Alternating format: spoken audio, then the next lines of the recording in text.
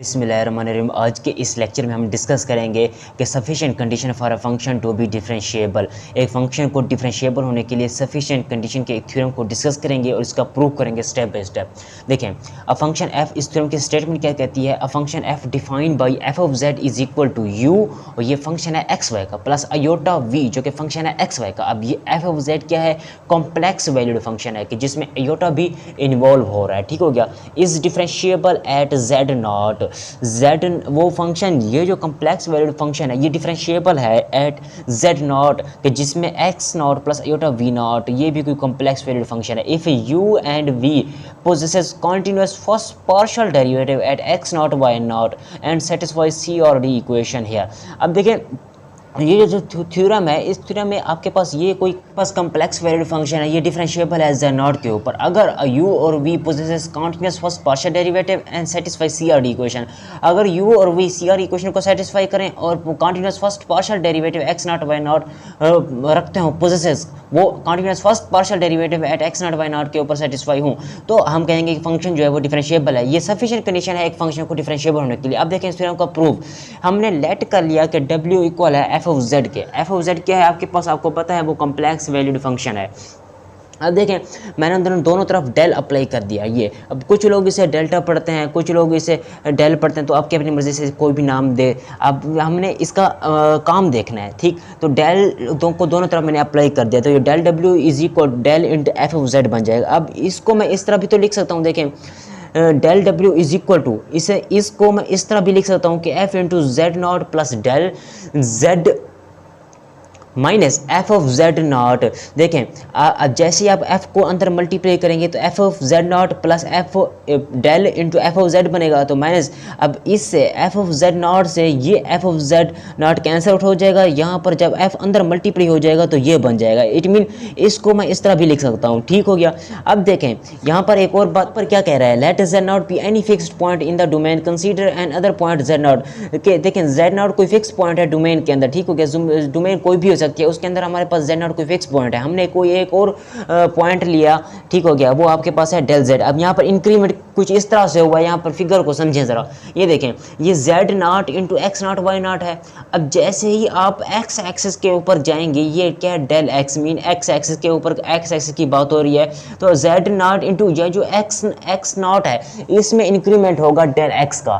ठीक हो गया, क्योंकि यहाँ पर एक्स में हम जा रहे हैं ना, तो एक्स में इंक्रीमेंट होगा, तो x nought plus del x axis में, तो वाई नॉट वैसे लिखा रहने दें। अब ऊपर जाएंगे तो इट मीन वाई एक्सिस के रिस्पेक्ट हम ले रहे हैं, वाई एक्सिस में जा रहे हैं, तो ये क्या होगा? डेल वाई, तो मीन के वाई में आपके पास इंक्रीमेंट होगा डेल वाई, तो यहाँ क्या बनेगा? X nought plus del x, इसको वैसे लिखा रहने दिया, कॉमा वाई नॉट में मैंने इंक्रीमेंट किया है डेल वाई, क्योंकि ऊपर गए हैं तो ऊपर आपके पास ये कौन सा है? वाई एक्सिस है, और ये कौन सा? एक्स एक्सिस है, तो वाई प्लस डेल वाई। अब अगर हम यहाँ से यहाँ तक जाएँ तो ये क्या बनेगा? Del z is equal to, ये इसमें इंक्रीमेंट होगा किसका? पहले क्या था? जेड नॉट था, तो जेड नॉट को मैंने वैसे लिख दिया, उसमें यहाँ से यहाँ तक आए तो इंक्रीमेंट हुआ डेल जेड का, तो plus del z is equal to x nought plus del x comma y not plus del y, तो इट मीन ये चीज़ इसके इक्वल है। ठीक हो गया। तो ये समझाने का तरीका है। अब देखें यहाँ पर इसको मैं कुछ इस तरह से भी तो लिख सकता हूँ, मैंने लिखा नो। अब हमने एक और चीज़ यहाँ पर कंसीडर की हुई है, देखें ज़रा समझें बात को। डेल डब्ल्यू divided by del z is equal del u plus iota del v divided by del z. अब ये डेल डब्ल्यू इज इक्वल टू इसकी ये वैल्यू, ये इसकी जगह मैंने ये किस तरह से लिखा है? देखें, इसकी जगह ये मैंने कुछ इस तरह से लिखा है। आपको पता है कि डेल डब्ल्यू किसके इक्वल है? डेल डब्ल्यू डेल एफ ऑफ जेड के इक्वल है, इसका तो आपको पता है ना। अब यहाँ पर इस चीज़ को यहाँ पर समझने की कोशिश करते हैं। देखें, इस चीज़ को मैं यहाँ पर समझाने की कोशिश करता हूँ। ये आपके पास है डेल, ठीक हो गया, डब्ल्यू, डेल डब्ल्यू इज इक्वल टू, ये किसके इक्वल है? डेल एफ ऑफ जेड के, डेल एफ ऑफ जेड के। और आपको पता है डेल डब्ल्यू को वैसे मैं लिखा रहने देता हूँ यहाँ पर, डेल को भी वैसे, और एफ ऑफ जेड आपको पता है किसके इक्वल है? U plus iota b. U आपको पता है एक्स वाई का फंक्शन है, तो मैं इसको ये ब्रैकेट वाला मैं नहीं लिख रहा, आप इसे समझ जाएं। यू जो क्या है वो फंक्शन है एक्स वाई का, तो इस एफ ऑफ जेड को मैं लिख देता हूँ यू प्लस अयोटा वी के। अब जैसे ही मैं डेल को अंदर अप्लाई करूंगा तो क्या बनेगा, del u plus iota del v के। तो मीन डेल डब्ल्यू इक्वल है del u plus iota del v के, डेल डब्ल्यू इक्वल है del u plus iota del v के। अब डेल जेड को मैंने वैसे डेल जेड लिखा हुआ है। अब ये आपके पास कौन सी है, आपके पास इक्वेशन नंबर स्टेरिक है, आपने इसे याद रखना है, आगे ये चल के यूज होने वाली है। अब देखें मैंने लिमिट यहाँ पर भी अप्लाई कर दी, मैंने लिमिट यहाँ पर भी अप्लाई कर दी, इसको सिंपलीफाई किया तो आंसर आया ये किस तरह आया आंसर देखें, limit del z tends to 0 del डब्ल्यू डिवाइडेड बाई डेल जेड, इसको सिंपलीफाई करेंगे तो क्या आएगा, डी डब्ल्यू डिवाइडेड बाई डी जेड, यानी कि इसका जो आंसर बनता है ना वो डी डब्ल्यू डिवाइडेड बाई डी जेड के इक्वल होता है। डी अपॉन डी जेड वैसे लिख दिया, डब्ल्यू आपको पता है एफ ऑफ जेड के इक्वल है, तो उसकी जगह मैंने एफ ऑफ जेड लिख दिया। अब मैंने लिमिट यहाँ पर अप्लाई की, अब क्योंकि मुझे यहाँ लिमिट यहाँ पर भी चाहिए तो equal to limit del z tend to 0, इसके साथ भी लिमिट मैंने अलग से लगा दी। अच्छा देखें मैं इसको आप दोबारा यहाँ पर अलग से रफ पर समझाने की कोशिश करता हूँ। देखिए ये कुछ इस तरह से सोल्व हुआ पड़ा है, देखें इसको यहाँ पर स्टेप बाय स्टेप सोल्व करते हैं। डेल डब्ल्यू है आपके पास डिवाइडेड बाई क्या है, डेल जेड है, ये किसके इक्वल आया हुआ है, इस चीज़ के, del u plus iota del v divided by del z के। मैंने अब क्या किया, लिमिट अप्लाई किया, डेल जेड अप्रोचेस टू 0 दोनों तरफ, तो मैं यहाँ लिखता हूँ कि limit del z approaches to 0 और डेल डब्ल्यू divided by del z equal to, यहाँ पर भी लिमिट अप्लाई करें, दोनों तरफ लिमिट अप्लाई करें, del z approaches to 0 del u plus iota del v के डिवाइडेड बाई डेल जेड के। अब अगर आप गौर से देखते हैं इसकी जो वैल्यू किसकी इक्वल निकलती है, डी डब्ल्यू divided by d z equal to, इसको अपने कुछ नहीं करना वैसे लिखा रहने देना है जैसा कि है, limit del z approaches to 0 और del u plus iota del v divided by del z के। अब इसको मजीद सिंप्लीफाई करेंगे तो ये देखिए कुछ इस तरह से लिखा हुआ है, D upon D Z F of Z, तो डी अपॉन डी जेड को वैसे लिखा रहने दें, और ये जो आपके पास डब्ल्यू है, डब्ल्यू किसके इक्वल है, डब्ल्यू यहाँ पर देखें एफ ऑफ जेड के इक्वल है, तो उसकी जगह मैं लिख देता हूँ एफ ऑफ जेड, और इसमें वैसे लिखा रहने देता, इसकी जगह लिखें limit del z approaches to 0 del u plus iota del v divided by del z के। मीन ये जो आपके पास चीज़ आई है वही चीज़ मैंने यहाँ पर लिखी हुई है, फ़र्क सिर्फ इतना है कि ये इसको मैंने यहाँ से इसके इक्वल कर दिया, ठीक हो गया। अब यहाँ तक जो आपको समझ आ चुका होगा, अब यानी कि ये चीज़ इसके इक्वल है। अब इसको स्टेप बाय स्टेप आगे सोल्व करते हैं। देखें यहाँ पर देखें गिवन डेट दिया गया था कि एफ ऑफ जेड इक्वल था यू प्लस अयोटा वी के, हमने लिख दिया एफ ऑफ जेड को एफ इंटू एक्स वाई का फंक्शन होता है, यू जो कि फंक्शन एक्स वाई का प्लस अयोटा वी जो कि फंक्शन एक्स वाई का। अब z की जगह जैसे z नॉट रखूंगा तो x और y किस में कन्वर्ट हो जाएंगे, x नॉट y नॉट में, तो f of z not is equal to f into x not y nought u into x not y not plus iota v into x not y nought बन जाएगा, ठीक हो गया। अब हमें क्या चाहिए, हम देखें ये चीज़ बनाने की कोशिश कर रहे हैं, ये देखें मैं आपको यहाँ पर दिखाने की कोशिश करता हूँ, ये चीज़ हम बनाने की कोशिश कर रहे हैं, ये चीज़ हम बनाने की कोशिश करें ताकि इसका जो आंसर आएगा उसको इक्वल करेंगे डेल डब्ल्यू के।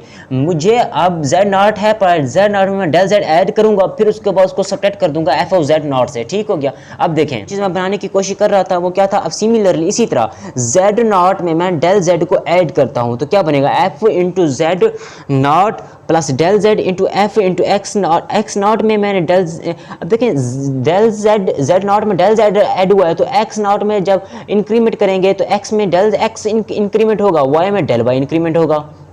u को वैसे लिखा रहने दें, x में डेल x ऐड करें, y में डेल y ऐड करें, इसी तरह x नॉट में डेल x, y नॉट में डेल y आप ऐड कर दें। मीन कि जिस तरह मैंने डेल x नॉट में देखें, जिस तरह z नॉट में मैंने डेल z को इंक्रीमेंट किया उसी तरह x नॉट में और y नॉट में del x del y increment आप करेंगे, ठीक हो गया। अब देखें आप ये सिंप्लीफाई करेंगे तो क्या बनेगा, अब देखें इस चीज़ को मैंने हटा दिया, f into z not plus del z को वैसे लिखा रहने दिया, इसको हटा के डायरेक्ट मैंने ये लिख दिया यहाँ पर, ठीक हो गया, बिल्कुल सेम वैसे लिखा हुआ कुछ भी नहीं किया। अब मैंने क्योंकि बनाना था f of z nought plus del z minus का f ऑफ z नॉट बनाना था तो मैंने minus f of z nought इसकी ये वैल्यू यहाँ पर सब्ट्रैक्ट कर दी, तो क्या बनेगा f into z not plus del z, इसे वैसे सब्ट्रैक्ट कर दिया इस इक्वेशन को minus f of z nought से, तो इसकी जो वैल्यू थी उसे मैंने वैसे लिखा रहने दिया, माइनस के साइन को मैंने वैसे लिख दिया, f ऑफ जेड नॉट की ये वैल्यू उठाकर मैंने यहाँ पर पुट कर दिया। अब नेक्स्ट टाइम मैं क्या करूँगा कि जो रियल पार्ट है उसे एक साथ लिख दें और जो इमेजनरी पार्ट है उसे एक साथ लिख दें, तो क्या बनेगा f into z not plus del z वैसे minus f of z not भी वैसे इक्वल टू, ये रियल पार्ट है पूरा क्योंकि इसके साथ अयोटा नहीं है और ये भी रियल पार्ट है पूरा इसके साथ अयोटा नहीं है, तो ये एक साथ आएंगे। अब बाकी जो बचेगा, अब यहाँ पर अयोटा है, अयोटा को बाहर कॉमन निकालने अंदर क्या रह जाएगा, ये v, यहाँ पर भी अयोटा है, इसको बाहर कॉमन निकालने अंदर ये रह जाएगा। देखें v into x nought plus del x comma y not plus del y, minus को वैसे लिखा रहने दें, अयोटा क्योंकि बाहर कॉमन आ चुका है, ये चीज़ हम ऑलरेडी यहाँ पर लिख चुके हैं, तो प्लस v ये रह जाएगा minus into v x not y nought. Mean के मैंने कुछ इस तरह से इनको सिंप्लीफाई किया हुआ है। अगर आप गौर से देखते हैं तो ये मैंने रियल पार्ट अलग से लिखा हुआ है, ये मैंने इमेजरी पार्ट अलग से लिखा हुआ है, तो ताकि मेरे पास एक कम्प्लेक्स वैल्यूड फंक्शन बन जाए कंप्लीट तौर पर। अब देखें नेक्स्ट टाइम मैंने क्या किया, f into z not plus del z को वैसे लिख दिया, minus f of z nought को भी वैसे लिख दिया। ये क्योंकि u है, u में इंक्रीमेंट हो रहा है तो डेल u प्लस अयोटा को मैंने वैसे लिख दिया, और ये v है तो v में इंक्रीमेंट हो रहा है तो मैंने डेल v लिख दिया। अब ये डेल u की वैल्यू इस होल चीज़ को, यानी कि जो रियल पार्ट है, इस होल रियल पार्ट को मैंने डेल u का नाम दिया हुआ है, और इस होल इमेजनरी पार्ट को मैंने डेल v का नाम दिया हुआ है। तो मैंने यहाँ पर शो करवाया हुआ है हियर, जहाँ पर डेल u की जो वैल्यू है वो इसके इक्वल है, मैंने वैसे लिख दिया। डेल v की जो ये वैल्यू है वो मैंने यहाँ पर वैसे उठाकर लिख दिया, बता दिया कि डेल u की वैल्यू ये है और डेल v की वैल्यू यहाँ से मैंने यहाँ पर लिख दिया। ये आपके पास इक्वेशन नंबर 1 है और ये आपके पास इक्वेशन नंबर 2 है। मजीद इसको आगे सिंप्लीफाई करते हैं। अब देखें सिंप्लीफाई कुछ इस तरह से आपने करना है, यहाँ पर इंपॉर्टेंट बात है जो कि आपने समझना है। देखें since u and v possesses continuous first partial derivative, u और v, क्योंकि ऊपर बताया क्या था क्वेश्चन की स्टेटमेंट में हमें यह बात बताई गई थी कि u और v पोजेसेस हैं, मीन u एंड v रखते हैं कंटीन्यूअस फर्स्ट पार्शियल डेरिवेटिव, और यहाँ पर काशी रीमान डिफरेंशियल इक्वेशन अगर सेटिस्फाई हो जाते हैं तो फंक्शन की सफिशिएंट कंडीशन प्रूफ हो जाती है कि फंक्शन जो है वो डिफरेंशिएबल है। तो u, अब देखें यहाँ पर मैंने एक और स्टेप में ऐड किया। देखें पहले मैं इक्वेशन 1 को लेकर चल रहा हूँ, देखें पहले इक्वेशन 1 2 को बाद में आएगा। देखिए इक्वेशन 1 में आपके पास गिवन है ना, del u equal to u into x nought पर डेल एक्स, मैंने वैसे लिख दिया। देखें u into x nought plus del x comma y nought del y को वैसे लिखा रहने दिया, और minus u into x not y not को मैंने यहाँ पर लिख दिया। अब ये जो चीज़ ऐड की हुई है खुद से, और ये जो चीज़ सब्ट्रैक्ट की हुई है, हमने खुद से ये ऐड करना है, यहाँ पर सब्ट्रैक्ट भी करना है। अब अगर गौर से देखते हैं तो u into x nought plus del x comma y nought ये ऐड हो रहा है, और यहाँ पर सिमिलरली इसी तरह यहाँ पर ये सब्ट्रैक्ट हो रहा है, u into x nought plus del x comma y nought. तो इससे ये कट जाएगा, बाकी जो चीज़ बचेगी वही एज इट चीज़ जो इक्वेशन नंबर 1 में लिखी हुई है। ठीक हो गया, तो मैंने कुछ इस तरह से लिखा हुआ है। अब आपने जरा बात को समझना है, ये वाली जो लाइन है ना, ये वाली लाइन, ये आपके पास, और ये रेड कलर वाली लाइन, मैं आपको इस नोट को समझाने के बाद ये समझाऊंगा कि ये किस तरह से आई है। देखें पहले इस चीज़ को समझते हैं। देखें आपके पास ये डेल u का क्या मतलब है, डेल अच्छा इस तरह समझें, पहले आपको इस तरह समझें कि अगर पार्शियल u का derivative with respect to x हो किसी point x not y not के ऊपर, तो वो किस तरह होता है आपको पता है, उसका limit x tend to x nought होता है। ठीक हो गया, u into x comma y nought minus u into x not y nought divided by x minus x nought. ये एरो जो है वो माइनस में कन्वर्ट होकर हम नीचे लिखते हैं इस तरह से। ठीक हो गया, तो ये x है, तो मीन x के रिस्पेक्ट डेरिवेटिव लिया हुआ है तो यहाँ पर x आएगा, बाकी यहाँ पर x नॉट वाई नॉट वैसे लिखा रहने देंगे, कुछ भी नहीं करेंगे। तो अब अगर इसका ये मतलब भी हो सकता है, या इसको हम इस तरह भी ले सकते हैं, पार्शियल u भी partial x into x not y nought. ठीक हो गया, limit delta x tend to approaches to zero, यानी कि जो डिफरेंशिएबल का फार्मूला था वो इस तरह से भी हो सकता है, क्योंकि हमें किसकी वैल्यू चाहिए। देखें x not del x comma y nought चाहिए, तो यहाँ पर हमारे पास एक्स तो है, वाई नॉट भी है पड़ा, लेकिन एक्स के अंदर एक्स नॉट डेल एक्स चाहिए हमें, तो एक्स को रिमूव कर देंगे, एक्स को हटा देंगे, एक्स की जगह ये रख देंगे एक्स नॉट डेल एक्स, ताकि हमारे पास ये चीज़ बन जाए, इस चीज़ की वैल्यू निकल आए। ठीक हो गया, देखें इस तरह मैं आपको समझाने की कोशिश करता हूँ, ज़रा बात को दोबारा समझें।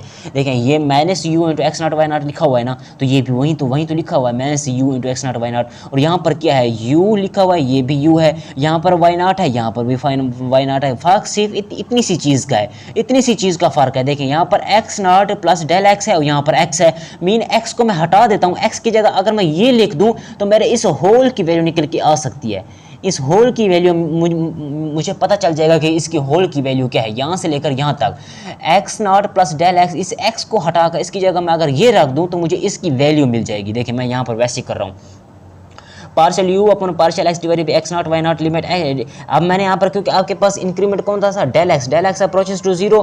ठीक हो गया, इनटू यू, अब मैंने इसकी जगह लिख दिया ये एक्स नॉट डेल एक्स, बाकी को मैंने वैसे एज लिखा y nought u into x not y nought divided by x minus x nought. इससे किस तरह से लिखते थे, एक्स माइनस एक्स नॉट, तो यहाँ पर अब क्या है डेल एक्स है, तो डेल एक्स माइनस जीरो, तो क्या बनेगा डेल एक्स माइनस जीरो, इस तरह से बनेगा।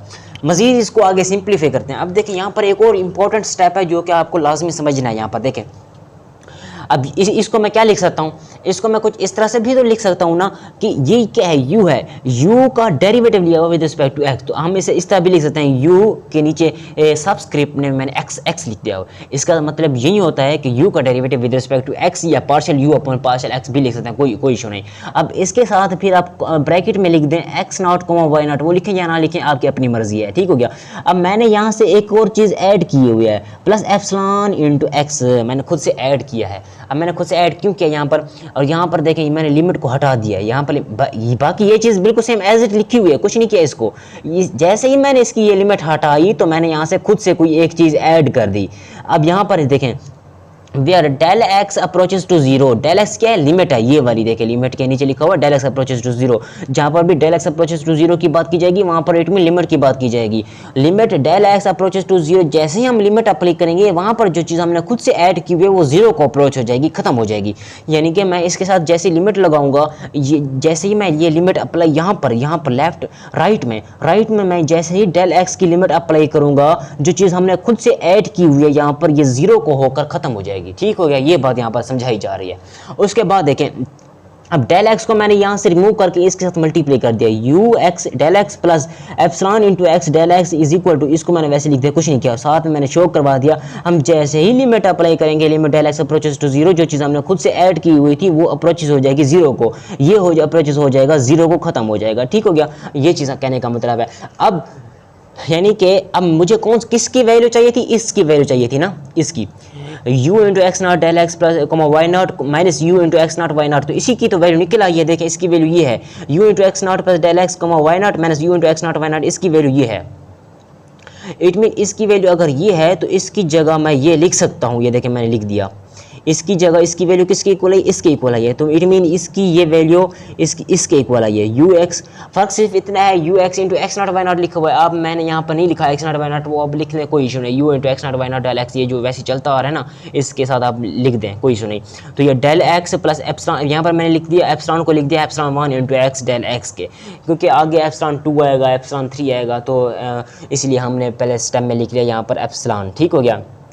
सेम वही केस मैंने किया, कुछ भी नहीं किया, इसकी ये वैल्यू इसकी इक्वल है, इसकी वैल्यू उठाकर मैंने यहाँ पर पुट कर दी। अब सेम ये केस क्योंकि u के लिए था, अब विद रिस्पेक्ट टू x की लिमिट x के रिस्पेक्ट लिया था। अब सिमिलरली अगर u with respect to y लेंगे तो उसका क्या आएगा, बिल्कुल सेम इसी मेथड से। देखें यहाँ पर क्या था, u into x not del x y not, और यहाँ पर क्या u into x not del x y not plus del y. अब यहाँ पर वाई नॉट में डेल वाई ऐड हो गया है, तो ये क्या होगा, बिल्कुल इसी तरह u का derivative with respect to x था, तो यहाँ क्या होगा, u का derivative with respect to y into at the point x not y not के ऊपर, यहाँ पर डेल x था तो यहाँ पर क्या हो गया, डेल y हो गया, प्लस एप्सिलॉन 2, अब यहाँ पर एप्सिलॉन 1 इंटू x था, क्योंकि यहाँ पर विद रिस्पेक्ट टू y है तो एप्सिलॉन 2 इंटू y आएगा।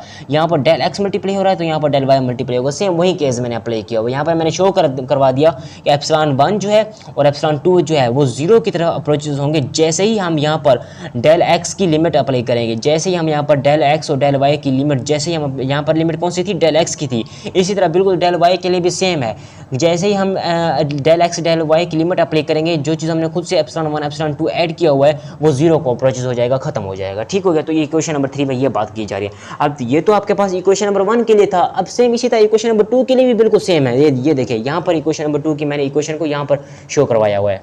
पर क्या था, डेल यू की ये वैल्यू इक्वल इसके इक्वल आई थी, इसको देखते हुए आपने इसकी वैल्यू यहाँ पर इस तरह लिख देनी है, कैलकुलेशन करने की जरूरत नहीं पड़ेगी इसकी वैल्यू को देखते हुए। तो ये किसकी इक्वल आई है, डेल वी की वैल्यू। तो सबसे पहले आप देखें ना डेल वी किसकी इक्वल है, देखें यहाँ पर लिखा हुआ है we possesses continuous first partial derivative, तो ये यू के लिए था तो ये आया। अब अगर v continuous first partial derivative है तो ये वी का क्या आएगा, सेम केस है। देखें डेल वी इक्वल टू, ये चीज़ मैंने ऐड की है यहाँ पर x not del x y not, यहाँ पर मैंने ऐड किया है और ये मैंने किया है सब्ट्रैक्ट, ताकि इससे मैं ये कैंसल आउट करूं, जो बाकी जो चीज़ बचेगी वो वही चीज़ लिखी हुई है इक्वेशन नंबर 2 में। इक्वेशन नंबर 2 के अंदर मैंने ऐड किया है v इंटू एक्स नॉट पर डेल एक्स वाई नॉट, और सब्ट्रैक्ट किया है वही चीज़ मैंने सब्ट्रैक्ट भी कर दी, ऐड भी कर दी, ठीक। अब देखें जैसे मैंने u के लिए किया था ना, वही केस मैंने v के लिए भी करना है। तो ये क्या बनेगा, v का derivative with respect to x into at the point x not y not multiply, यहाँ पर कौन मल्टीप्लाई हुआ था, डेल x मल्टीप्लाई हुआ था, तो यहाँ पर भी डेल x मल्टीप्लाई होगा। यहाँ पर एप्सिलॉन 2 तक आ चुके हैं, अब हमारे पास x है तो एप्सिलॉन 3 इंटू एक्स आएगा, तो डेल x आएगा। अब ये कौन सा x के लिए, सिमिलरली y के लिए क्या होगा, vy into x not y not, यहाँ पर del y plus epsilon 4 into y का फंक्शन होगा, यहाँ पर डेल y आएगा। बिल्कुल वही चीज़ यहाँ पर लिख दिया मैंने, ठीक हो गया। तो सेम केस है बिल्कुल, एक को आप याद कर लें, बाकी को आप दूसरे की नज़र से देख लें कि वो किस तरह से हो रहा है। अब मैंने यहाँ पर डेल वी की कैलकुलेशन नहीं की, मैंने डेल वी को डेल यू को देकर डेल वी की वैल्यू को लिख दिया, मैंने कुछ भी नहीं किया, ठीक हो गया। अब यहाँ पर मैंने शो करवा दिया, जिस तरह मैंने यहाँ पर शो करवाया था ना कि एप्सिलॉन 1 एप्सिलॉन 2 अप्रोचेस टू 0 होगा, जैसे हम इसकी ये लिमिट अप्लाई कर देंगे, वही मैंने यहाँ पर शो करवाया हुआ है कि एप्सिलॉन 3 और एप्सिलॉन 4 है, इस बार वो अप्रोचेस टू 0 होगा जैसे ही हम यहाँ पर लिमिट अप्लाई करेंगे डेल एक्स और डेल वाई अप्रोचेस टू 0 की, ठीक हो गया। अब देखें, put the value of del u and del v in equation asterisk. Equation asterisk कौन सी थी, जो मैंने आपको पीछे बताया था कि इसे याद रखिएगा, रिकॉल करेंगे, तो वही इक्वेशन स्टेरिक ये वाली है। डेल डब्ल्यू डिवाइडेड बाई डेल जेड को वैसे डेल यू और डेल वी की जो आपने वैल्यू निकाली है, डेल यू की आपके पास ये वाली वैल्यू, डेल वी की आपके पास ये वैल्यू उठाकर यहाँ पर पुट करेंगे, तो मैंने पुट कर दिया, कुछ भी नहीं किया, अयोटा को वैसे लिखा रहने दिया, डेल यू वी की वैल्यू को मैंने पुट कर दिया। अब ये जो डेल जेड है, आपको पता है डेल जेड इक्वल है del x plus iota del v के, ठीक हो गया। अब देखें यहाँ पर एक और बात, अब क्योंकि मैंने डेल यू और डेल वी को एक साथ अप्लाई किया हुआ है, एक साथ इनकी दोनों की वैल्यू अप्लाई की हुआ, जो इनकी कंडीशन थी वो भी मर्ज हो जाएगी, कंडीशन भी एक साथ लेकर चलेंगे, इसकी कंडीशन को एक साथ लेकर चलेंगे। Epsilon 1 epsilon 2 epsilon 3 epsilon 4 approaches to 0 होंगे उस वक्त जब डेल एक्स डेल वाई की लिमिट हम अप्लाई करेंगे खुद से। अब अप्लाई करेंगे, जैसे इसकी लिमिट अप्लाई करेंगे ना, जो दो चीज़ें हमने एप्सिलॉन की जो कि फंक्शन एक्स का और वाई का कोई फंक्शन हो रहा है, तो वो 0 की तरफ अप्रोचेस हो जाएगा जैसे हम लिमिट अप्लाई करेंगे, ठीक हो गया। अब क्योंकि क्वेश्चन की स्टेटमेंट में बताया कि काशी-रीमान डिफरेंशियल इक्वेशन अगर सेटिस्फाई होती हैं, अगर कॉन्टिन्यूअस फर्स्ट पार्शियल डेरिवेटिव भी एग्जिस्ट करते हैं, तो फंक्शन जो डिफरेंशिएबल हो जाएगा और उसके साथ प्रूफ हो जाता है कि वो सफिशिएंट कंडीशन हो जाती है फंक्शन को डिफरेंशिएबल होने के लिए, ठीक हो गया। तो यहाँ पर सीआरडी इक्वेशन क्या कहती हैं कि यू एक्स इक्वल होता है वी वाई के और यू वाई इक्वल होता है नेगेटिव वी एक्स के। वी हैव, हमारे पास होता है डेल डब्ल्यू divided by del z is equal to u, जो कि फंक्शन एक्स का मैंने वैसे लिख दिया, कुछ भी नहीं किया, एक्स नॉट वाई नॉट को डेल एक्स को भी वैसे लिख दिया, प्लस एप्सिलॉन 1 डेल एक्स को वैसे लिख दिया, प्लस अब यहाँ पर अगर आप गौर से देखते हैं तो यू वाई किसके इक्वल है, u y negative v x की इक्वल है, तो यू वाई की जगह मैंने नेगेटिव वी एक्स लिख दिया, एक्स नॉट वाई नॉट को वैसे, डेल वाई को वैसे लिख दिया, प्लस एप्सिलॉन 2 डेल वाई को वैसे। अब यहाँ पर अयोटा को मैं अंदर मल्टीप्लाई कर रखा है, देखें iota into v x into x not y not को वैसे, डेल एक्स को वैसे, प्लस अयोटा को फिर अंदर मल्टीप्लाई किया एप्सिलॉन 3 इंटू डेल एक्स के साथ, फिर अयोटा को इसके साथ मल्टीप्लाई किया। तो देखें अब एक और बात यहाँ पर मैं आपको समझाऊं, देखें ये जो अयोटा को मैंने इसके साथ मल्टीप्लाई किया ना, तो पहले मैंने वी वाई की वैल्यू को पुट किया हुआ, वी वाई किसके इक्वल है, वी वाई यू एक्स की इक्वल है, तो वी वाई की जगह आ जाएगा you x at the point, कौन सा पॉइंट है ये, एक्स नॉट वाई नॉट वाला पॉइंट है, एक्स नॉट वाई नॉट का पॉइंट है ये, और ये डेल वाई वैसे लिखा रहने दिया डेल वाई को, ठीक है। अयोटा, ये जो अयोटा इसके साथ मल्टीप्लाई हो रहा था वो मैंने अयोटा को साथ में मल्टीप्लाई कर दिया, देखिए आपको नज़र नहीं आ रहा होगा, तो आप यहाँ से यहाँ पर देखें इस तरह से, ठीक हो गया, देखें अयोटा को मैंने साथ में मल्टीप्लाई कर दिया, प्लस ये एप्सिलॉन 4 डेल वाई लिखा हुआ है, तो अयोटा को मैंने यहाँ पर एप्सिलॉन 4 डेल वाई के साथ मल्टीप्लाई करूँगा, तो ये अयोटा को मैंने लास्ट में लिख दिया, नीचे जो चीज़ थी उसे मैंने वैसे लिख दिया, कुछ भी नहीं किया, बिल्कुल सेम, ठीक हो गया। अब नेक्स्ट देखें, नेक्स्ट बात को समझें, अब डेल डब्ल्यू डिवाइडेड बाई डेल जेड को मैंने वैसे लिख दिया। अब यहाँ पर मैंने एक चीज़ कॉमन निकाली है, देखिए क्या कॉमन निकाला है, यू एक्स जो कि function x not y not का, यहाँ पर भी होगा कहीं यू एक्स, ये देखें यू एक्स ही है, एक्स नॉट वाई नॉट का फंक्शन है, तो मैंने कॉमन निकाल लिया, अंदर क्या रह जाएगा, यहाँ पर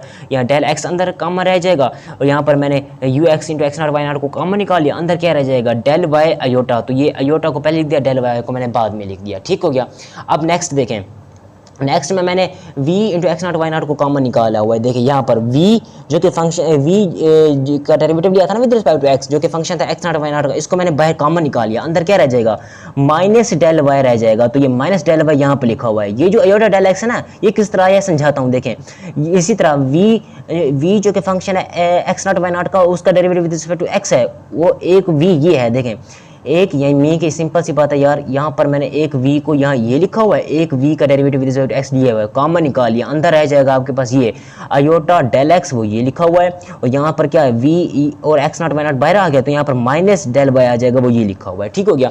अब जो चीज़ें हमने खुद से ऐड की थी ना, एप्सिलॉन 1 2 3 4 उनको एक साथ लिखें, यहाँ पर देखें यहाँ पर क्या कॉमन है, देखें एप्सिलॉन 1 डेल एक्स है और एप्सिलॉन 3 कहाँ है यहाँ पर देखिए, एप्सिलॉन 1 डेल एक्स ये है और एप्सिलॉन 3 डेल एक्स योटा ये लिखा हुआ है यहाँ, it mean del x common है। तो जैसे ही आप यहाँ पर डेल एक्स इससे और इससे कॉमन निकालेंगे तो अंदर क्या रह जाएगा, एप्सिलॉन 1 प्लस अयोटा एप्सिलॉन 3, तो बाहर कॉमन निकालेंगे डेल एक्स को, ठीक हो गया। अब यहाँ पर देखें सिमिलरली इसी तरह एप्सिलॉन 2 डेल वाई है ये आपके पास, और ये एप्सिलॉन 4 डेल वाई अयोटा है, इट मीन डेल वाई आपके पास कॉमन है, तो डेल वाई को कॉमन निकालेंगे अंदर आ जाएगा एप्सिलॉन 2 प्लस अयोटा एप्सिलॉन 4, तो ये चीज़ बन जाएगी आपके पास, ठीक हो गया। मज़ीद सिंपलीफाई करने के लिए देखें, अब ये जो चीज़ आपके पास लिखी हुई है ना, ये जो चीज़ देखें iota del x minus del y, इसको मैंने लिया हुआ है। देखें यहाँ पर मैंने क्या किया, इस वाले माइनस के साइन को मैंने लिख दिया अयोटा का स्क्वायर प्लस लिखा, क्योंकि अयोटा का स्क्वायर तो आपको पता हो माइनस मान के इक्वल ही होता है।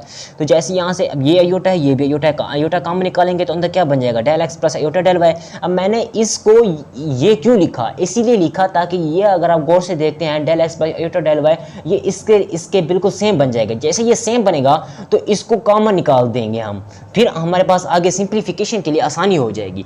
तो इसको मैंने ये जो चीज़ लिखी हुई है ना iota del x minus del y, इसको मैंने इसके रिस्पेक्ट बिल्कुल सेम बनाना है। मैं कहता हूँ ये चीज़ जो लिखी हुई है ना बड़ी ब्रैकेट में, वो इसी तरह बिल्कुल सेम बन जाए। तो ये देखें सेम बन गई है, ठीक हो गया। इसकी जगह मैं ये पुट करता हूँ, देखें now using this result in above theorem we get del डब्ल्यू divided by del is equal to u into x not y not, इसको मैंने वैसे लिख दिया प्लस अयोटा। अब यहाँ पर देखें v जो कि फंक्शन है एक्स नॉट वाई नॉट का, इसे मैंने वैसे लिख दिया, कुछ भी नहीं किया यहाँ पर, ठीक हो गया। ये अयोटा किस तरह है देखें, इसकी वैल्यू किसके इक्वल है, ये iota into del x plus iota del y के इक्वल है ये ना, तो अयोटा बाहर आ जाएगा, ये इसकी जगह ये लिख देंगे हम, ठीक हो गया। Plus epsilon 1 iota epsilon 3 del x plus ये इसको मैंने वैसे लिख दिया, कुछ नहीं किया। Del x plus iota del y को भी मैंने वैसे लिखा रहने दिया, कुछ भी नहीं किया। अब यहाँ पर एक और इंपॉर्टेंट बात जो कि आपने समझनी है, देखें स्टूडेंट, अब अगर आप गौर से देखते हैं यहाँ से मैंने del x plus iota del y को कॉमन निकाल लेता हूँ, यहाँ से भी मैं कॉमन निकाल लेता हूँ। तो कॉमन निकालूंगा तो अंदर क्या रह जाएगा, एक्स नॉट यू जो कि एक्स का फंक्शन है x not y not plus iota v जो कि फंक्शन है एक्स नॉट वाई नॉट का, ये चीज़ तो कॉमन निकल आई। जैसे ही इसको पर कॉमन निकालेंगे तो नीचे इससे ये कैंसिल आउट हो जाएगा, खत्म हो जाएगा। अच्छा ये किस तरह से हुआ है, मैं आपको ये स्टेप अलग से करके समझाता हूँ। देखें यहाँ पर इसको सोल्व करते हैं। देखें मैं इसको कुछ ये जो स्टेटमेंट है ना, पूरी स्टेटमेंट मैंने उठाकर यहाँ पर लिख दी, बिल्कुल सेम एज इट है। अब अगर आप गौर से देखते हैं तो मैं del x plus iota del y को इसके ऊपर भी डिवाइड कर देता हूँ, इसके ऊपर भी अलग अलग डिवाइड कर देता हूँ। तो पहले आपको इसको इस तरह से समझें। देखें ये जो लिखा हुआ है ना आपके पास, इस तरह से देखें ये क्या है आपके पास, यहाँ पर मैं शो करवा रहा हूँ प्लस अयोटा, ये क्या है डेल वाई है। तो यहाँ से आप जैसे ही डेल को बाहर कॉमन निकालेंगे तो अंदर रह जाएगा एक्स प्लस अयोटा वाई, और एक्स प्लस अयोटा वाई आपको पता है डेल जेड के इक्वल होता है। तो मैंने यहाँ पर डेल जेड लिखता हूँ, यहाँ पर भी डेल जेड लिखता हूँ, यहाँ पर भी मैं डेल जेड लिखता हूँ। तो ये किस तरह बनेगा, देखें डेल डब्ल्यू divided by del z equal to u का derivative with respect to x into at the point x not y not, और ये किसके इक्वल आया है, ये देखें डेल जेड के इक्वल है तो डेल जेड लिखें, प्लस अयोटा v का derivative with respect to x at the point x not comma y not, ये चीज़ किसके इक्वल आई है, डेल z के इक्वल आई है, ठीक हो गया। प्लस अब देखें मैं एक और स्टेप यहाँ पर करता हूँ खुद से, डायरेक्ट इसको डिवाइड भी करता हूँ। यहाँ पर ये देखें, इसको ये डिवाइड हो रहा है था, मैं यानी कि एलसीएम को ब्रेक कर देता हूँ। Del x plus iota del y किसके इक्वल है, डेल जेड के। तो डेल जेड को मैं यहाँ पर भी डिवाइड कर देता हूँ, डेल जेड को मैं यहाँ पर भी डिवाइड कर देता हूँ, और इसके साथ भी plus epsilon 1 plus iota epsilon 3 into यहाँ पर क्या है डेल एक्स को मैं डेल जेड के ऊपर अलग से डिवाइड कर देता हूँ। यानी कि ये जो चीज़ थी ना, ये किसके इक्वल है, ये डेल जेड के। डेल जेड को इसके ऊपर भी डिवाइड करें, इसके ऊपर भी डिवाइड करें, इसके ऊपर भी डिवाइड करें, इसके ऊपर भी डिवाइड करें। सिंपलीफाई मैं आपको इस तरह से कहने की कोशिश कर रहा हूँ कि इस एलसीएम को ब्रेक कर दें, हर एक साथ अलग से लगा दें। Plus epsilon 3 plus iota epsilon 4 into ये आपके पास लिखा हुआ है del y divided by del z को इसके ऊपर भी डिवाइड कर दें, कुछ इस तरह से। समझ आ रही है आपको, ठीक हो गया। अब यहाँ से डेल जेड से ये डेल जेड कैंसिल, इससे ये कैंसिल, बाकी जो चीज़ लिखी हुई है वही बिल्कुल सेम एज इट ये लिखा हुआ है, ये देखें बिल्कुल सेम एज इट लिखी हुई है, ठीक हो गया। आगे इसको सिंप्लीफाई करते हैं स्टेप बाय स्टेप। देखें मैं इसको सिंप्लीफाई करता हूँ कुछ इस तरह से। देखें ये अब मैंने क्या किया है यहाँ पर, देखें इस चीज़ को इस चीज़ को उठाकर यहाँ पर लिखा तो ये क्या माइनस में बन जाएगी, minus into u x not y not plus iota v का derivative with respect to x at the point x not y not. और यहाँ पर मैंने मार लगा दिया और यहाँ पर भी मैंने मार लगा दिया, यहाँ पर भी मैंने मार लगा दिया। इसको इस तरफ लिख कर ये माइनस का बन जाएगा, फिर यहाँ पर भी मार, यहाँ पर भी मैंने मार अलग अलग लगा दिया। अब जैसे ही मैं मार अंदर अप्लाई करूंगा तो ये जो इनइक्वालिटी है ये लेस देन हो जाएगी। यानी कि मार की जो प्रॉपर्टी है ना, जो कॉम्प्लेक्स एनालिसिस की फर्स्ट प्लेलिस्ट में जो प्रॉपर्टीज और कॉम्प्लेक्स नंबर में हमने पढ़ा था ना कि मार की प्रॉपर्टी जैसे ही मार अंदर जाता है तो ये जो इनइक्वालिटी है वो लेस देन हो जाती है। तो जैसे ही मार इसके साथ लगाएंगे, इसके साथ लगाएंगे, अलग अलग लगाएंगे तो ये चीज़ लेस देन हो जाएगी। अब ये चीज़ फिर अगेन लेस देन हो जाएगी जब मार अगेन अंदर जाएगा, तो इसका मार अलग, इसका मार अलग, यानी कि इसका अलग, फिर इसका और इसका अलग अलग मार लगा देंगे। ठीक हो गया। अब हम जानते हैं इसकी जो वैल्यू है del x divided by del z और del y divided by del z की वैल्यू 1 के इक्वल आती है। कैसे इक्वल आती है देखें। अब इसको मजीद सिंप्लीफाई करते हैं। देखें 1 के इक्वल कैसे आती है। डेल एक्स का मार आपको पता है, डेल एक्स का मार लेस देन इक्वल होता है डेल जेड के। सिमिलरली इसी तरह डेल वाई का मार लेस देन इक्वल होता है डेल जेड के। क्यों? क्योंकि डेल जेड के अंदर एक्स भी इन्वॉल्व होता है, एक्स का इंक्रीमेंट भी इन्वॉल्व होता है, वाई का इंक्रीमेंट भी इन्वॉल्व होता है, डेल एक्स भी होता है, डेल वाई भी होता है। इट मीन डेल जेड इन दोनों से बड़ा है, डेल एक्स से भी बड़ा है, डेल वाई से भी बड़ा है। तो क्या दूसरे अल्फाज में इस तरह कह सकते हैं कि डेल एक्स इससे भी छोटा है, डेल वाई इससे भी छोटा है। तो ये हो गया, ठीक हो गया। यानी कि सिंपल सी बात है ना। देखिए आप डेल जेड की जगह, यानी कि ये डेल जेड की जो वैल्यू है वो इसके इक्वल आई है, तो इसके अंदर कोई चीज़ ऐड हो रही है, यानी कि डेफिनेटली डेल जेड की जगह जब ये रखेंगे तो ये चीज़ में क्या हो जाएगा, del x plus iota del y का मार्ट हो जाएगा। जाहिर सी बात है यहाँ पर एडिशन हो रही है, जब एडिशन हो रही है तो ये इस वाला हिस्सा, ये वाला हिस्सा बड़ा हो जाएगा ना इससे। तो वही बात है, डेल एक्स का mod less than equal to del y, इसी तरह डेल वाई का mod less than equal to del z के। अब अगर आप गौर से देखते हैं तो मैं यहाँ पर क्या करता हूँ, डेल जेड पर डिवाइड कर देता हूँ, इसको भी दोनों तरफ मैं डेल जेड पर डिवाइड कर देता हूँ उसके मार्ट से। तो इससे ये कैंसल आउट हो जाएगा तो यहाँ पर रह जाएगा 1, इससे ये कैंसल आउट हो जाएगा तो यहाँ पर रह जाएगा 1। Put in the above. अब ऊपर जो आपके पास थ्योरम की स्टेटमेंट आई थी ना कैलकुलेशन में, उसकी जगह del x divided by del z less than equal to 1 है ना, तो मैं ये पुट कर देता हूँ, उसकी जगह 1 पुट कर देता हूँ। देखें जैसे हम 1 पुट करेंगे तो इसकी जगह आ जाएगा 1। तो यहाँ पर क्या लिखा हुआ था, यहाँ पर लिखा हुआ था del x divided by del z का मार्ट, क्योंकि वो लेस देन इक्वल टू 1 है तो less than equal to 1 put कर दिया, प्लस अब आगे क्या था, epsilon 3 plus iota epsilon 4 into del y divided by del z का मार्ट था ना, तो उसका जो मार्ट है वो लेस देन इक्वल टू 1 है, तो less than equal to 1 put कर दिया हमने, यहाँ पर भी पुट कर दिया। ठीक हो गया। अब देखें इसके मॉड को मैंने वैसे कुछ भी नहीं किया। अब यहाँ पर इसका मॉड में मैंने अप्लाई कर दिया। देखें एप्सिलॉन 1 प्लस एप्सिलॉन 2, यानी कि सिंपल सी बात है ना कि जो रियल पार्ट है उसे मैंने एक साथ लिख दिया, जो इमेजरी पार्ट है उसे मैंने एक साथ लिख दिया, आयोटा के साथ की जो वैल्यू थी उसे मैंने एक साथ लिख दी, बाकी आयोटा के बगैर जो वैल्यू थी उसे मैंने एक साथ लिख दिया। अब यहाँ पर मैंने शो करवा दिया कि ये जो एप्सिलॉन 1 एप्सिलॉन 2 है और एप्सिलॉन 3 एप्सिलॉन 4 है ये जीरो की तरफ अप्रोचेस होंगे, क्योंकि ये जो चीज़ें हमने खुद से ऐड की हुई हैं जीरो की तरफ अप्रोचेस होंगी। जैसे ही हम लिमिट अप्लाई करेंगे del x del y approaches to zero. ठीक हो गया। तो हम लिमिट अब अप्लाई कर रहे हैं, तो ये जीरो की तरफ अप्रोचेस हो जाएंगी, खत्म हो जाएंगी। देखें now apply limit on both side, हमने लिमिट अप्लाई कर दिया, limit del z approaches to zero, इस तरफ भी अप्लाई कर दिया। अब जैसे हम यहाँ पर लिमिट अप्लाई करेंगे ना, limit del z approaches to zero, तो वहाँ पर ये जो चीज़ होंगी जीरो की तरफ अप्रोचेस होंगी। देखें यहाँ पर बताया जा रहा है कि जैसे ही आप del z del y mean del x del y mean total, ये मतलब है इसका कि डेल जेड, जैसे ही हम डेल जेड अप्लाई करेंगे तो ये चीज़ें खत्म हो जाएंगी जीरो की तरफ अप्रोचेस, तो ये चीज़ें खत्म होगी जीरो की तरफ अप्रोचेस होंगी। ठीक हो गया। तो वही बात बताई जा रही है। अब देखें फिर नेक्स्ट टाइम में देखें मैंने यहाँ पर limit del z approaches to zero को मार्ड के अंदर अप्लाई कर दिया, तो ये बन गया। अब मैंने इक्वल टू जीरो रखा। अब देखें limit del z approaches to zero, अब मैंने मार्ड अप्लाई किया तो मार्ड में वैल्यू पॉजिटिव में निकल आई, डेल डब्ल्यू डिवाइडेड बाई डेल जेड, ये जो माइनस है ना, माइनस की ये जो वैल्यू है इसको इस तरफ लिखेंगे तो ये पॉजिटिव वैल्यू बनेगी। अब limit del z approaches to zero को मैंने वैसे लिख दिया, कुछ भी नहीं किया मैंने। ठीक हो गया। अब नेक्स्ट आगे देखें ये जो चीज़ लिखी हुई है, यू का derivative with respect to x लिया हुआ है, यू का derivative with respect to at the point x not y not के ऊपर, और v का derivative with respect to x at the point x not y not के ऊपर डेरिवेटिव लिया हुआ है। इट मीन ये किसके इक्वल हो गया, f prime into z not के। z नॉट के अंदर कौन सा पॉइंट होता है, x नॉट y नॉट होते हैं। तो ये इसको इस तरह भी तो भी लिख सकते हैं ना। देखें f prime into z not is equal to, देखें इस तरह से भी तो हम लिख सकते हैं कि f prime into z not equal to limit del z approaches to zero divided by del z prime into z not is equal to limit del z approaches to zero del डब्ल्यू divided by del z के। अब यहाँ पर बताया जा रहा है कि f prime into z not exist हो गया, देयरफॉर फंक्शन डिफरेंशिएबल है जेड नॉट के ऊपर।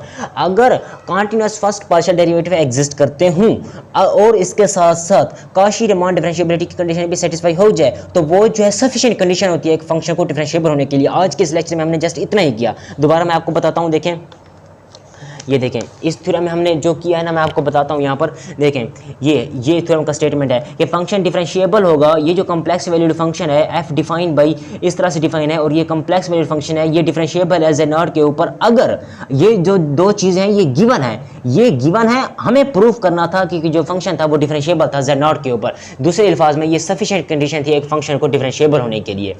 यहाँ पर हमें कहा गया था कि u और v continuous first partial derivative possesses करते हूँ और काशी रीमान डिफरेंशिएबिलिटी की कंडीशन को भी सेटिस्फाई करते हूँ, तो फिर जो फंक्शन है वो डिफरेंशिएबल होता है z0 के ऊपर, और ये जो है वो सफिशिएंट कंडीशन बन जाती है। हमने इन दोनों की मदद से सहारा लिया कि कॉन्टिन्यूअस फर्स्ट पार्शियल डेरिवेटिव का और CRT इक्वेशन का सहारा लिया, और हमने प्रूफ कर दिया फंक्शन जो है डिफरेंशिएबल है z0 के ऊपर। और ये चीज़ प्रूफ होगी कि फंक्शन जो है कि फंक्शन को डिफरेंशिएबल होने के लिए ये एक सफिशिएंट कंडीशन होती है, ये नेसेसरी नहीं है, ये सफिशिएंट कंडीशन है। नेसेसरी का हमने पहले पढ़ा था इससे पहले वाली वीडियो में, ठीक हो गया। तो देखें ये जो चीज़ गिवन थी ना कॉन्टिन्यूअस फर्स्ट पार्शियल डेरिवेटिव, ये अप्लाई किया और काशी रीमान डिफरेंशिएबिलिटी की कंडीशन को अप्लाई किया। देखें ये देखें यहाँ पर continuous first partial derivative apply किया, और देखें यहाँ पर continuous first partial derivative possessive हुआ, और यहाँ पर इसके साथ जो काशी रीमान डिफरेंशिएबिलिटी की कंडीशन सेटिस्फाई होगी वो अप्लाई किया। इन दोनों की मदद से हमारा फंक्शन जो है वो डिफरेंशिएबल हो गया z0 के ऊपर, ठीक हो गया। फंक्शन डिफरेंशिएबल हो गया इन दोनों की मदद से, तो फंक्शन का डेरिवेटिव एग्जिस्ट करता है z0 के ऊपर। इट मीन कि जब भी आपके पास कोई फंक्शन जब z0 के ऊपर डिफरेंशिएबल है, इसका मतलब है सफिशिएंट कंडीशन के पॉइंट ऑफ व्यू से देखेंगे तो वहां पर continuous first partial derivative exist करते होंगे और CRT इक्वेशन सेटिस्फाई होती होगी।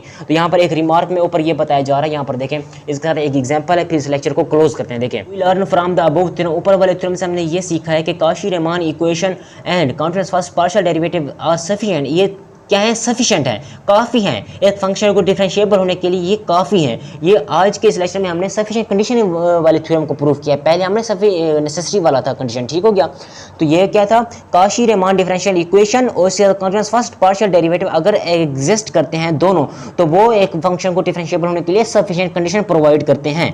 ये एक अब इसके एक एग्जाम्पल करते हैं। देखिए एग्जाम्पल ये है एफ ओ जेड एक्सपोनेंट की power negative y cos x plus iota exponent की power negative y sine x के। अब इसे मैंने इक्वल कर दिया यू प्लस एटा वाई के, जिसमें यू की वैल्यू ये है और वी की वैल्यू ये है। अब देखें यू की वैल्यू, यू जो कि फंक्शन एक्स वाई का आपको पता है, देखें एक्स भी है वाई भी है, तो यू किसकी यू फंक्शन हो गया, किसका हो गया, फंक्शन एक्स का और वाई का, कि यू की वैल्यू ये है और वी की वैल्यू आपके पास कौन सी है, ये है, दोनों एक्स वाई में फंक्शन है। अब यू का डेरिवेटिव मैं यहाँ पर बता रहा हूँ ना, मैंने आपको बताया था ना कि इस थ्योरम का अब हम रिजल्ट देख रहे हैं, इस थ्योरम की से रिलेटेड एक एग्जाम्पल को सॉल्व कर रहे हैं कि आपको वो थ्योरम जो है वो अंडरस्टैंडिंग कंप्लीट हो जाए, वो थ्योरम का कंसेप्ट क्लियर हो जाए, ठीक हो गया। अब मैंने बताया था ना कि एक फंक्शन को डिफरेंशिएबल होने के लिए सफिशिएंट कंडीशन के मुताबिक लाजमी है कि वहां पर CRT इक्वेशन सेटिस्फाई हो और continuous first partial derivative exist करे। तो continuous first partial derivative exist करवा रहे हैं और CRT इक्वेशन को सेटिस्फाई करवा रहे हैं। देखिए यू का derivative with respect to x लें तो क्या बनेगा, एक्सपोनेंट की पावर नेगेटिव, ये जो y वाला फंक्शन जैसे ही आप इसका derivative with respect to x लेंगे ना, तो जो y होगा ना, y वो वेरिएबल